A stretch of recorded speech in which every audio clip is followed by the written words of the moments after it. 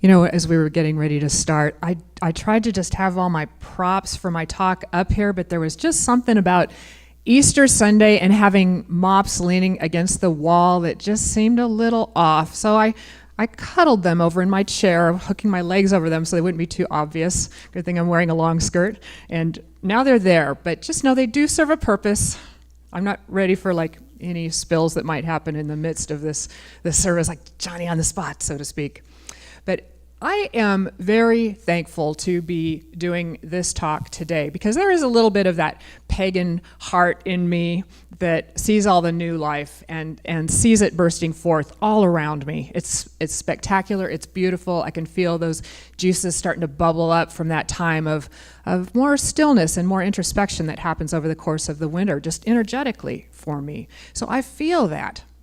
And I am grateful that this whole story of crucifixion, resurrection, that as Christianity was being spread, they decided, ooh, we can hook into a good thing here and kind of time this with the whole festival of celebrating the goddess Easter and help blend this, because we do believe that there's not just one faith, one tradition, that we're speaking deep down underneath about the one power, the one presence, and it may be something that we resonate with that pagan message. It may be the strong Christian message, but there's that one God underneath all of it and the way that we dress it up. So I want to just share today a way that the whole Easter story is rich, fertile ground, metaphysically speaking, regardless of what it is that you believe about the Bible or believe about the crucifixion, resurrection. Did it happen? Didn't it happen? Yes, it did. Yes, you believe that and you're saved. I just let all that go for the purposes of this Sunday and this talk. So I want to just say that it's not every tradition that gives you the ability to interpret something metaphysically. Sometimes, you're expected that, okay, this is what it says in the Bible. You take it literally. Well, that's good until you start reading it really closely, and it's like, okay, well, which version am I taking literally?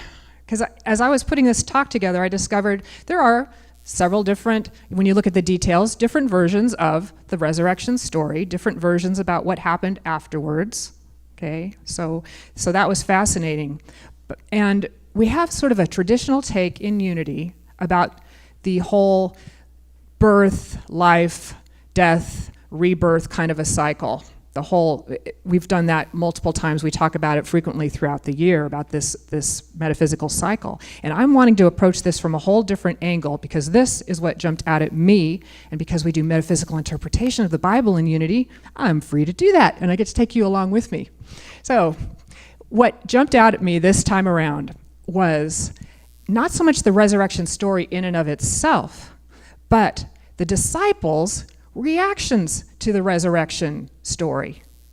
So I'm going to share some of this with you because what I think it relates to is those times in our lives where the scales fall away from our eyes and we suddenly find ourselves seeing from a whole new paradigm. We see ourselves understanding something that previously we thought we got it, we thought we understood, but when that change happens, when that paradigm shift happens, we realize there's a whole new way of seeing this. And it happens on small levels, and it happens on the grand and glorious levels as well. So that is where I'm headed with this today. So I'm going to start out talking about the Bible story in general and tell you what I'm referring to that got me thinking about this. Then I'm going to take it to a very mundane level. Okay, very mundane. And then I'm going to amp it up again and come back to the original story. So that's where we're headed on this. So on what we call Good Friday, this is the Friday where Jesus was crucified, and it was confirmed that he was dead, that his body was dead. He was taken down from the cross, and he was put into a tomb, and a stone was rolled in front of the tomb. And then what happened was on the third day, which is Easter Sunday, which is today, Mary Magdalene, in the version that I'm going to start with, Mary Magdalene discovers that the stone has been rolled away. Now, she runs to go get Peter and John because she assumes that because the stone's rolled away, she assumes that the body has been stolen. She just figures, stone rolled away, Body stolen. Well, how many of us tell stories like that? If this happened, then it's got to be this that occurred. We have stories that we've carried for a long time, maybe about how we're being taken advantage of, or something has happened to us that's negative. So just realize that she assumes that the movement of the stone means the body's gone. So John and Peter hear her story, and they go running to the tomb and check it out. And Mary still stands outside. She doesn't go inside. She stands outside weeping. She is so, she's already in grief, first of all, that her beloved rabbi, her teacher, is dead. And she's standing outside the tomb weeping. So she bends down and she looks into the tomb where Peter and John are, and what she sees are two angels in there. She sees two angels. And I'm going to just read directly from, this is the New Revised Standard Version. And the angels from inside the tomb look at her and they say, "Woman, why are you weeping? Whom are you looking for?" And she says, "They've taken my Lord, and I do not know where they have laid him." Okay, she's deep in her story. Okay, she knows this. And when she had said this, she turned around and she saw Jesus standing there, but she did not know that it was Jesus. Okay, this is from the Bible. I'm not paraphrasing here. This is my New Revised Standard Version of this. So Jesus then said to her, again, just as the angels had, "Woman, why are you weeping? Who are you looking for?" And it says, supposing him to be the gardener, she said to him, "Sir, if you have carried him away, tell me where you have laid him, and I will take him away." So she is still in the story. I mean, when she says it's the gardener, she's just saying it's just like some insignificant person in the background. She is looking out, seeing, oh, it's just the gardener. She doesn't even recognize Jesus standing behind her. But then what Jesus does is he doesn't say, "Oh, you silly woman, here I am." What he says is, "Mary." He calls her by name. And in that moment, what I think happens is this heart connection is made. She suddenly shifts from her head. She shifts out of her story. She moves into her heart. And all of a sudden, what she says is she says, "Rabboni," which is a term of endearment for rabbi. There's a love there, a closeness there, where she suddenly is able to see, this is who this is before me. So that is one aspect of this story, and I just want to remind you of several different things. One thing is that she's seeing angels, which I believe is, I interpret that as being our intuition, that guidance that we have it available to us. We don't always pay attention. We may turn away.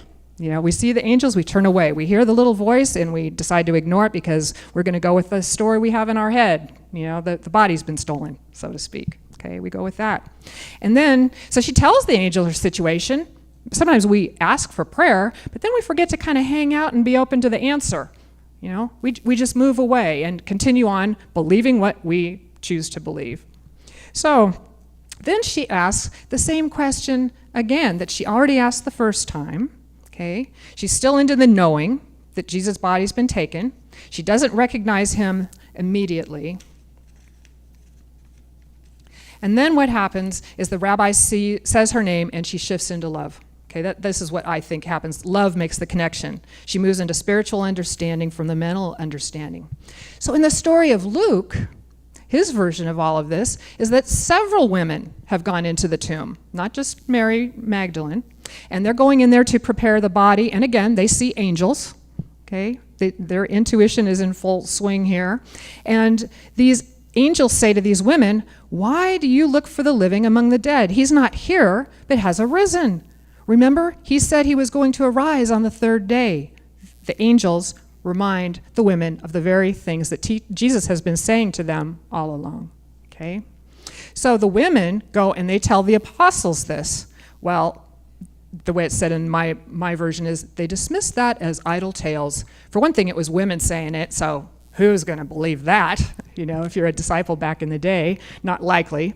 And then Peter decides he's going to go and take a look, but he doesn't see anything except for the linens laying there where the body ought to be. But, what does that mean? The women still, I'm going to go with there's no body there. So something happened.